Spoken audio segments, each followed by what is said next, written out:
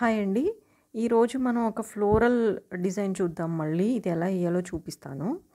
దీనికి నేను first Turkish blue తీసుకున్నానండి. ఈ టర్కిష్ బ్లూ అప్లై చేసుకొని హాఫ్ పెటల్ ఫ్లవర్‌లో హాఫ్ పెటల్ మాత్రమే టర్కిష్ బ్లూ అప్లై చేసుకోవాలి. ఎందుకంటే మనం Turkish blue and white shade తీస్తాము. ఇక్కడ ఈ వీడియోలో షేడింగ్ ఎలా తీయాలో కూడా చూపిస్తాను.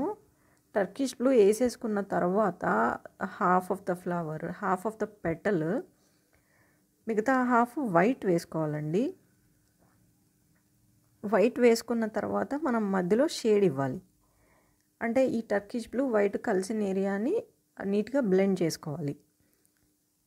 సో ఇలా వైట్ వేసుకున్న తర్వాత నెక్స్ట్ హాఫ్ వైట్ తోటి ఫిల్ చేసేసిన తర్వాత మధ్యలో పార్ట్ని మనం బ్లెండ్ చేస్తే రెండు కలర్స్ మంచిగా బ్లెండ్ అయ్యి మంచి షేడ్ వస్తుంది. సో ఇలా అన్ని ఫ్లవర్స్కి వేసేసుకోవాలి.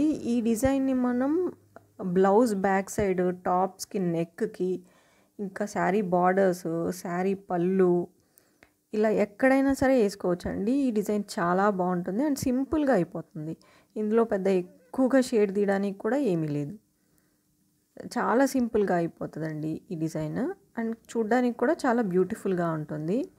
సో సేమ్ డిజైన్ని మీరు మార్చుకోగలిగితే స్ట్రైట్గా కూడా మార్చుకోవచ్చు. ఇది నెక్ టాప్స్కి నెక్కి వేసుకోవడానికి చూపిస్తున్నాను నేను. ప్రాక్టీస్ లేని వాళ్ళు కూడా వేసేసుకోవచ్చు.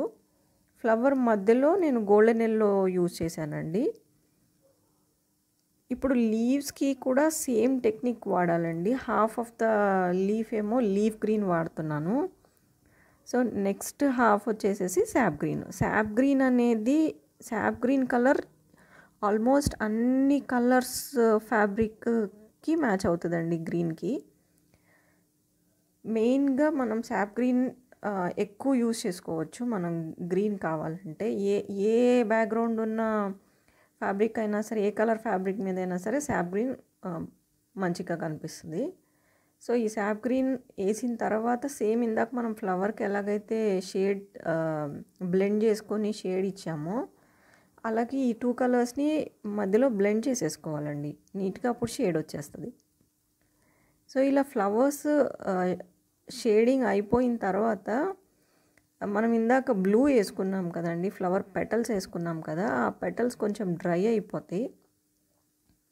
ఇప్పుడు మనం పోలెన్స్ వేసుకుందాం. పెటల్స్ డ్రై అవ్వకుండా పోలెన్స్ వేసుకుంటే ఆ ఎల్లో కలర్ పెటల్లో కలిసిపోతుంది.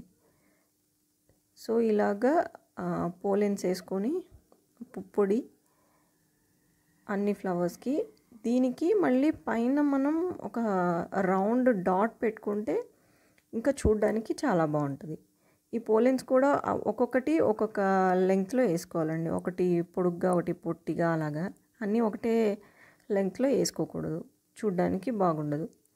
సో పైన డాట్స్ పెట్టేసుకుంటే బాగుంటుంది. సో మీరు దీన్ని ఇంకా శారీస్లో బుటీస్ లాగా కూడా ఒక ఫ్లవర్, 2 లీవ్స్ అలా వేసుకోవచ్చు ఈ పార్ట్లోంచే డిజైన్ తీసుకుని. సో ఈ పోలెన్స్ వేసుకున్న తర్వాత మనం ఇందాక లీవ్స్ వేసుకున్నాం కదండి, ఈ లీవ్స్కి మనము బ్లాక్ కలర్ తోటి వెయిన్స్ వేసుకుంటున్నాము. సో ఇక్కడ ఈ వెయిన్స్కి వాడే బ్రష్ లైనర్ బ్రష్ అండి, క్యామెల్ కంపెనీ వాళ్ళ లైనర్ బ్రష్.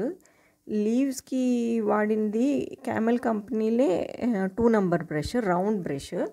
అండ్ ఫ్లవర్స్కి వేసింది ఫ్లాట్ బ్రష్ నెంబర్ 3 అండి.